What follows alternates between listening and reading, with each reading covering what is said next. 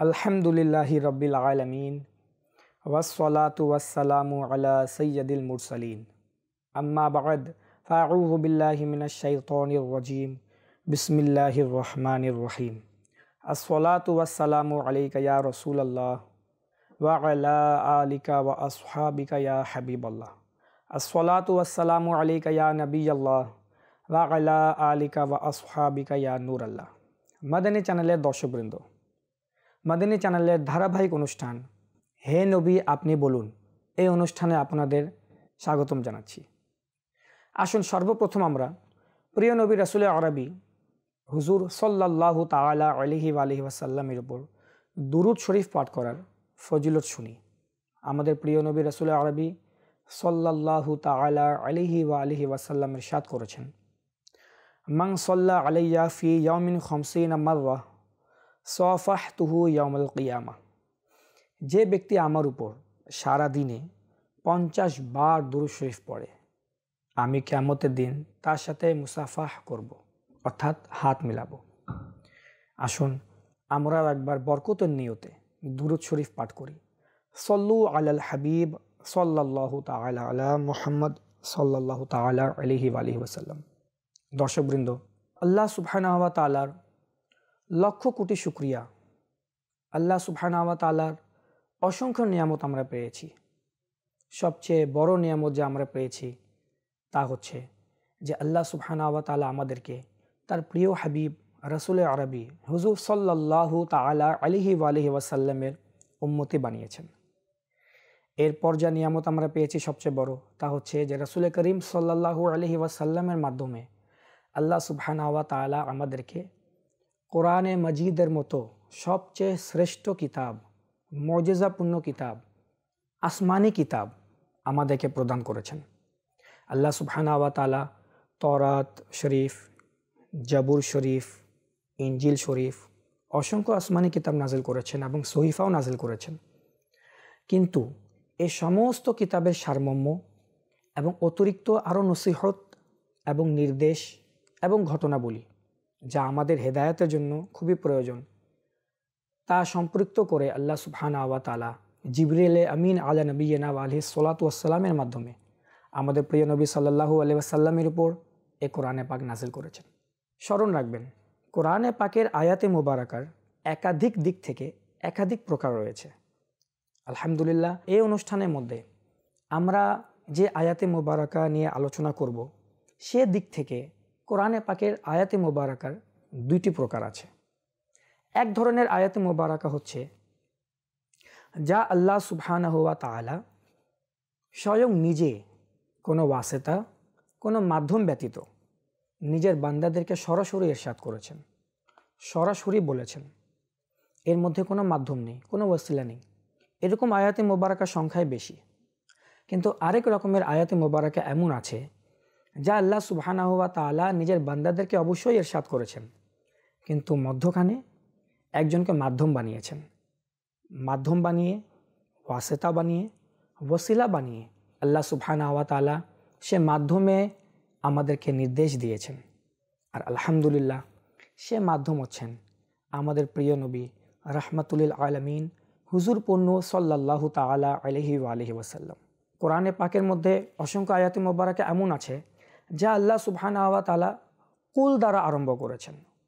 এ কুল শব্দের আরবি অর্থ হচ্ছে বলুন। কিন্তু আমার আকা আলা হযরত ইমামে ইশক মোহাব্বত পরওয়ানায়ে শামঈ রিসালত শাহ ইমাম আহমদ রাজা খান ফাজিল বেরেলভি রহমতুল্লাহি তাআলা আলাইহি এ কুল শব্দের কত মোহব্বত ভরা তর্জমা করেছেন।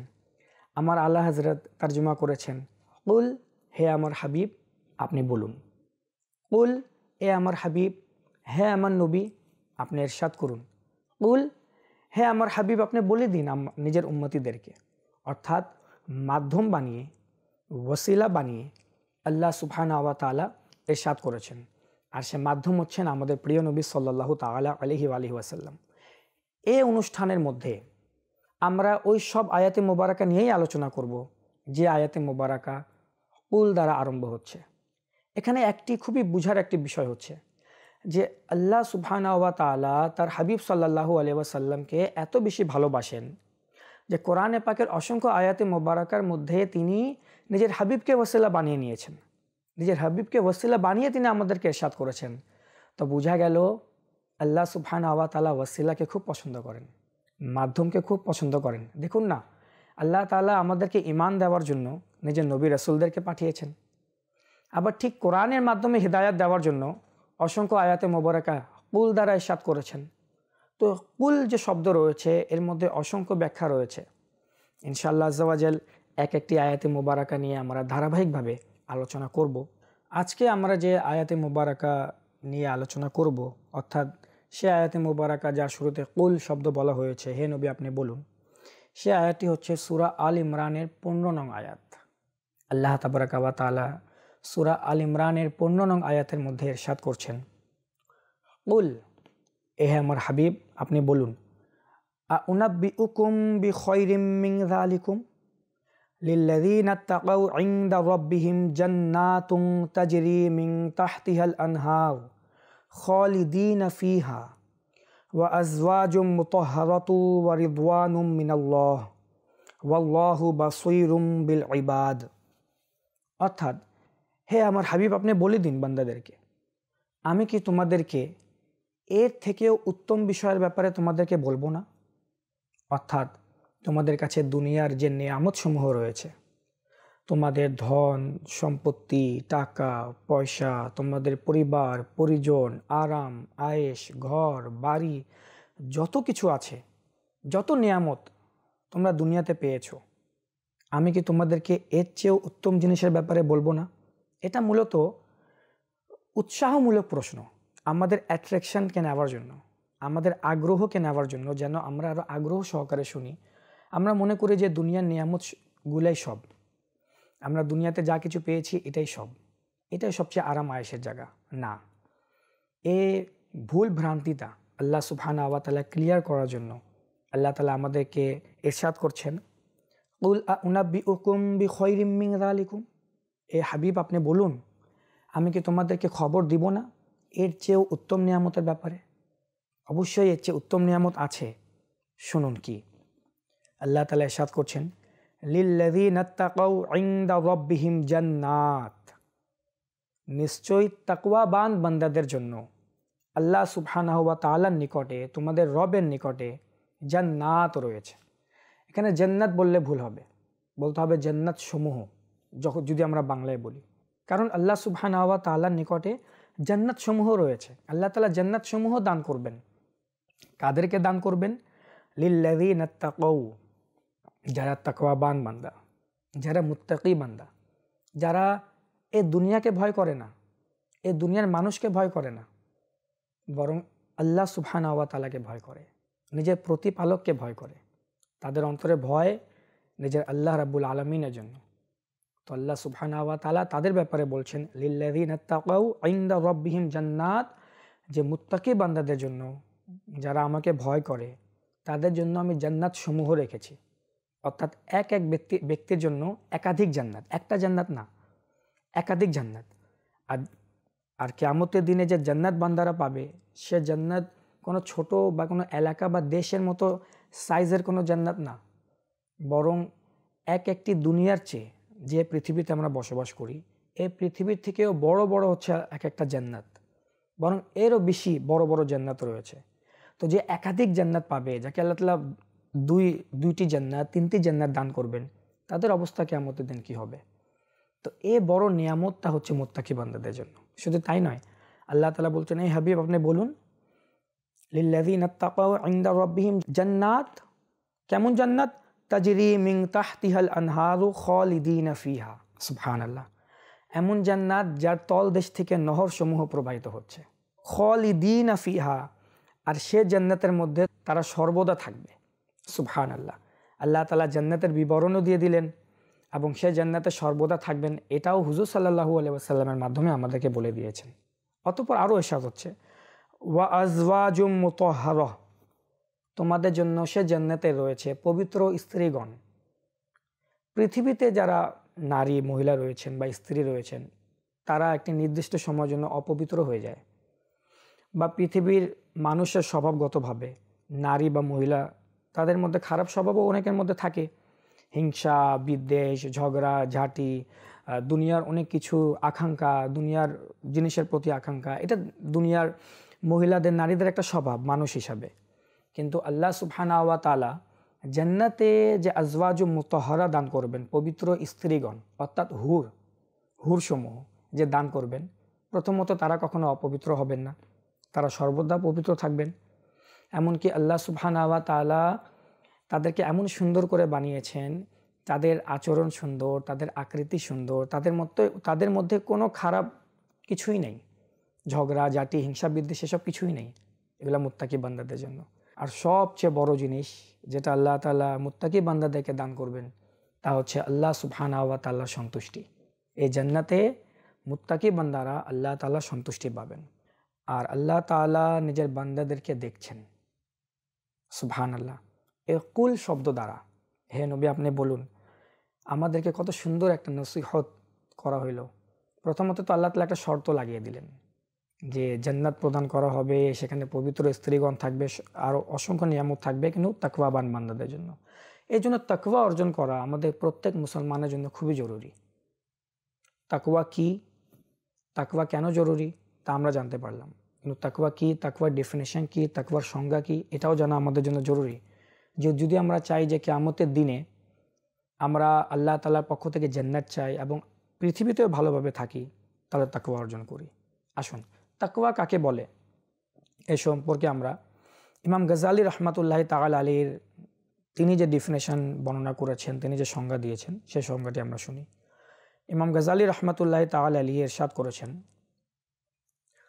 তাকওয়া, তাকওয়া হচ্ছে হিয়া ইমতিসালু আওয়ামিরিল্লাহি ওয়া ইজতিনাবু নওয়াহিহি। আল্লাহ সুবহানাহু ওয়া তাআলার যত আদেশ রয়েছে, যত নির্দেশ রয়েছে তা পালন করা, তা আদায় করা। ওয়াজতিনাবু নওয়াহিহি, এবং আল্লাহ তাআলা যেসব জিনিস থেকে নিষেধ করেছেন সে সব জিনিস থেকে নিজেকে বারণ করা, নিজেকে বাঁচিয়ে রাখা। মূল হচ্ছে তাকওয়া এটা। এখন কেউ যদি নামাজ আদায় করলো কিন্তু অন্য কোনো ইবাদত ছেড়ে দিল, যাকাত আদায় করলো, বা সে যদি তার কাছে ধন সম্পত্তি থাকে, সে কোটি কোটি টাকা আল্লাহর রাস্তায় ব্যয় করে দিল, কিন্তু সে নামাজ আদায় করে না, তাহলে তার তাকওয়া পরিপূর্ণতা অর্জন করলো না। তাকওয়ার অর্থই হচ্ছে যে সব আল্লাহ তাআলার নির্দেশকে পালনও করবে, সাথে সাথে আল্লাহ তাআলা যা নিষেধ করেছেন তা থেকেও নিজেকে বাঁচবে।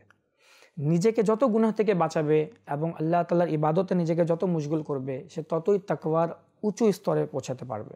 আল্লাহ সুবহানাহু ওয়া তাআলা কোরআনে পাকের মধ্যে ইরশাদ করেছেন, অর্থাৎ নিশ্চয় আমি তাকিদ দিয়েছি তাদেরকে যাদেরকে তোমাদের পূর্বে কিতাব প্রদান করা হয়েছে, এবং তোমাদেরকেও, যেন তোমরা আল্লাহকে ভয় করতে থাকো, তাকওয়া অর্জন করতে থাকো। আমরা হচ্ছি প্রিয় নবী সাল্লাল্লাহু আলাইহি ওয়াসাল্লামের উম্মতি। আমাদের পূর্বে আমরা জানি আরও অসংখ্য উম্মতি এসেছে। হযরত আদম আলাইহিস নবিয়িনা ওয়া আলাইহিস সালাতু ওয়াসসালাম থেকে আরম্ভ করে ঈসা আলাইহিস নবিয়িনা ওয়া আলাইহিস সালাতু ওয়াসসালাম পর্যন্ত অসংখ্য নবী এসেছেন, তাদের উম্মতিও এসেছেন। আল্লাহ সুবহানাহু ওয়া তাআলা প্রত্যেক উম্মতিকে যে মেন একটা নির্দেশ দিয়েছেন তা হচ্ছে তাকওয়া অর্জন করো, আল্লাহকে ভয় করো। আর আমাদেরকেও নির্দেশ দিয়েছেন তোমাদের জন্য আবশ্যক আল্লাহকে ভয় করা। কোরআনে পাকের অসংখ্য আয়াতে মোবারকে এমন রয়েছে যেখানে আল্লাহ তাআলা বর্ণনা করেছেন যে আল্লাহ তাআলার অন্যান্য আম্বিয়া কেরাম আলাইহিমুস সালাতু ওয়াসসালামগণ, যেমন হযরত ইব্রাহিম আলাইহিস সালাম, হযরত ইলিয়াস আলাইহিস সালাম, তারাও নিজের উম্মতিদেরকে তাকওয়ার নির্দেশই দিয়েছেন। যেমন আয়াতে মুবারাকাতে এসেছে, ওয়া ইব্রাহিমা ইয ক্বালা লিকওমিহি উবুদুল্লাহা ওয়াত্তাকুহু যালিকুম খায়রুল লাকুম ইন কুনতুম তা'লামুন। এবং ইব্রাহিম, স্মরণ করুন যখন ইব্রাহিম নিজের সম্প্রদায়কে বলল যে তোমরা আল্লাহর ইবাদত করো এবং তাকওয়া অর্জন করো, এটা তোমাদের জন্য সবচেয়ে বেশি উত্তম যদি তোমরা জানো। হযরত ইলিয়াস আলা নবিয়িনা ওয়া আলাইহিস সালাতু ওয়াসসালামও নিজের সম্প্রদায়কে এভাবেই নেকির দাওয়াত দিয়েছেন, ওয়া ইন্না ইলিয়াসা লামিনাল মুরসালিন, নিশ্চয়ই ইলিয়াস আলাইহিস সালাম মুরসালিনদের অন্তর্ভুক্ত, নবী রাসূলদের অন্তর্ভুক্ত। ইয ক্বালা লিকওমিহি আলা তাত্তাকুন, স্মরণ করুন যখন তিনি বললেন নিজের সম্প্রদায়কে আল্লাহকে ভয় করো, তাকওয়া অর্জন করো। অপর আয়াতে মোবারকাতে আল্লাহ সুবহানাহু ওয়া তাআলা ইরশাদ করছেন, এবং যারা তাকওয়া অর্জন করে, আল্লাহকে ভয় করে এবং ধৈর্য ধারণ করে, নিশ্চয় আল্লাহ তাআলা নেককারদের প্রতিদানকে নষ্ট করেন না। অর্থাৎ কি বোঝানো হলো? এখানে বোঝানো হয়েছে তাকওয়াবান বান্দারা যখন কোনো নেক আমল করে বা কোনো ইবাদত করে বা তাকওয়া অর্জন করে, তো আল্লাহ সুবহানাহু ওয়া তাআলা এই তাকওয়াবান বান্দাদের আমলকে নষ্ট করেন না। সুতরাং আমাদের উচিত বেশি বেশি করে তাকওয়া অর্জন করা, আল্লাহ সুবহানাহু ওয়া তাআলাকে রাজি করা। আল্লাহ তাআলা অপর স্থানীয় জান্নাত মুত্তাকিনদের জন্য যে জান্নাত তৈরি করে রেখেছেন, এ ব্যাপারে আল্লাহ তাআলা ইরশাদ করছেন, ইন্নালিল মুত্তাকিনা ইনদা রাব্বিহিম জান্নাতুন নাঈম। নিশ্চয় মুত্তাকিনদের জন্য আল্লাহ সুবহানাহু ওয়া তাআলার নিকটে জান্নাতুন নাঈম রয়েছে। আল্লাহ তাআলা আমাদেরকে নির্দেশ তো দিয়ে দিয়েছেন, আল্লাহ তাআলা আমাদেরকে উৎসাহ তো প্রদান করে দিয়েছেন তাকওয়া সম্পর্কে, কিন্তু এটা তো আখিরাতের। তো দুনিয়াতে আমাদের জন্য কি ফলাফল রয়েছে? অবশ্যই আমার প্রিয় ইসলাম ভাইরা, আল্লাহর যে ইবাদতে আখিরাতে যেভাবে ফলাফল রয়েছে, ভালো প্রতিদান রয়েছে, ইহকাল এবং পরকালের মধ্যে দুই দিকেই তাকওয়ার মধ্যে উপকারিতা রয়েছে। আল্লাহ সুবহানাহু ওয়া তাআলা ইরশাদ করছেন, ওয়া মাই ইয়াত্তাকিল্লাহা ইয়াজআল লাহু মাখরাজা। এবং যারা তাকওয়া অর্জন করে, যারা আল্লাহকে ভয় করে, আল্লাহ সুবহানাহু ওয়া তাআলা তার জন্য নাজাতের পথ বের করে দিবেন। বিপদ আপদ থেকে, মুসিবত থেকে, বিভিন্ন রকমের কষ্ট থেকে, শয়তানের প্ররোচনা, মন্দ কুপ্রবৃত্তি, নফসের ধোঁকাবাজি, এসব থেকে আল্লাহ তাবারাকা ওয়া তাআলা নাজাতের পথ বের করে দিবেন। ওয়া ইয়ারযুকহু মিন হাইসু লা ইয়াহতাসিব। সুবহানাল্লাহ। এবং পৃথিবীতে এই ইহকাল জীবনে তাকে এমন জায়গা থেকে রিজিক দিবেন যেখান থেকে তার কল্পনাও হবে না। আল্লাহ সুবহানাহু ওয়া তাআলা এত বড় বড় নিয়ামত মুত্তাকি বান্দাদের জন্য রেখেছেন। আর ইমাম মুহাম্মদ বিন মুহাম্মদ গাজালি রহমতুল্লাহি তাআলা আলাইহি খুবই সুন্দর এবং চমৎকার একটি কথা বলেছেন। মিনহাজুল আবিদিনের মধ্যে তিনি বলেন যে মুত্তাকি বান্দাদেরকে আল্লাহ তাবারাকা ওয়া তাআলা বিশেষ 3টি নিয়ামত দান করেন। একটি হচ্ছে যে আল্লাহ তাবারাকা ওয়া তাআলা মুত্তাকি বান্দাদেরকে নিজের তৌফিক দান করেন। তৌফিক শব্দের অর্থ সাহায্য, সমর্থন। তৌফিক দান করেন, আল্লাহ তাআলা তৌফিক থাকে, সাহায্য থাকে মুত্তাকি বান্দাদের সাথে। দ্বিতীয় হচ্ছে, যদি মুত্তাকি বান্দাদের আমল সমূহের মধ্যে ভুলক্রমে কোনো দোষ ত্রুটি হয়ে যায় বা কোনো অলসতা বা দুর্বলতা থাকে, তো আল্লাহ সুবহানাহু ওয়া তাআলা সে অলসতাকেও দূর করে দেন, সে দোষ ত্রুটিকেও আল্লাহ তাআলা দূর করে দেন। এমনকি 3 নং হচ্ছে, আল্লাহ তাবারাকা ওয়া তাআলা মুত্তাকি বান্দাদের আমল সমূহকে মকবুল করেন, কবুল করে থাকেন। সুতরাং ইমাম গাজ্জালি রহমতুল্লাহি তাআলা আলাইহি মিনহাজুল আবিদিনের মধ্যে একটি আয়াতে মুবারাকা দিয়ে তা দেখিয়ে দিলেন। তিনি ইরশাদ করলেন, সূরাতুল বাকারার মধ্যে আল্লাহ তাআলা ইরশাদ করছেন এবং সূরা তাওবার মধ্যেও একই ধরনের আয়াত, ওয়া আলামু আন্নাল্লাহা মাআল মুত্তাকিন। জেনে রাখুন যে আল্লাহ মুত্তাকিনদের সাথে রয়েছেন।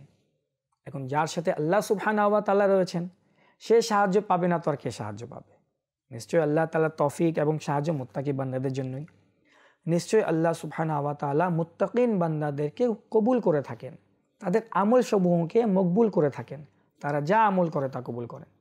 যদি আমরা সারা জীবন ইবাদতের মধ্যে উদাহরণস্বরূপ কাটিয়ে দিই, একটা মুহূর্ত যদি আমরা ইবাদতের মধ্যে কাটিয়ে দিই, উদাহরণস্বরূপ আমরা আমাদের আহার করা, ঘুম, আমাদের চাকরি, ব্যবসা সব কিছু ছেড়েও যদি আমরা সারা জীবন ইবাদতে কাটিয়ে দিই, তো ইমাম গাজ্জালি রহমতুল্লাহি তাআলা আলাইহি খুব নোটিস করার মতো শেষে একটি কথা বলেন যে সারা জীবন ইবাদত করার পরেও লাস্টে একটি প্রশ্ন আমাদের থেকে যায়, আমার মৃত্যুর সময় শেষ পরিণামে গিয়ে একটা প্রশ্ন থেকে যায়, আমার ইবাদত কি কবুল হয়েছে?